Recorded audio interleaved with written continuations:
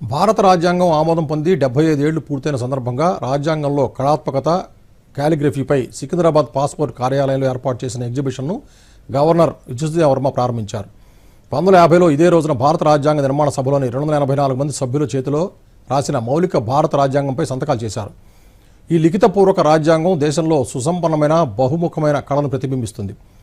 దేశ సామాజిక, సాంస్కృతిక, పౌరాణిక, ఆధ్యాత్మిక, ప్రాంతీయ, భౌతిక వైవిధ్యాన్ని చాటి చెప్తుంది. ప్రజలందరూ ఈ రాజ్యాంగాన్ని చూసేందుకు వెసులుబాటు కల్పించే లక్ష్యంతో విదేశీ వ్యవహారాల శాఖ, పాస్పోర్ట్ కార్యాలయం సంయుక్తంగా ఈ ప్రదర్శన ఏర్పాటు చేశాయి.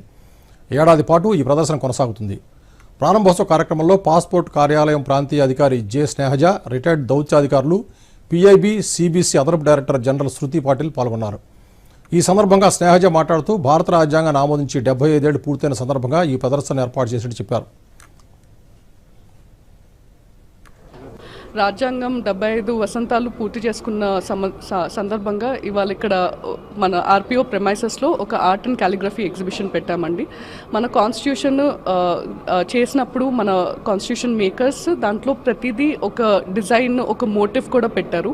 అది మన 5000 సంవత్సరాల చరిత్రను, అంటే మొహంజదారో ఆ టైం నుండి మన ఇండిపెండెన్స్ మూవ్మెంట్ వరకు ప్రతి పార్ట్ ఆఫ్ ద కాన్స్టిట్యూషన్కి వాళ్ళు ఏదో ఒక సిగ్నిఫికెన్స్ ఉండే మోటివ్ని పెట్టారు. This is going to be a year long exhibition అండి. So all the applicants who come to our regional passport office can definitely ఇది చూసి వాళ్ళు ఇంకొంచెం కొత్తగా నేర్చుకుంటారని ఆశిస్తున్నాము.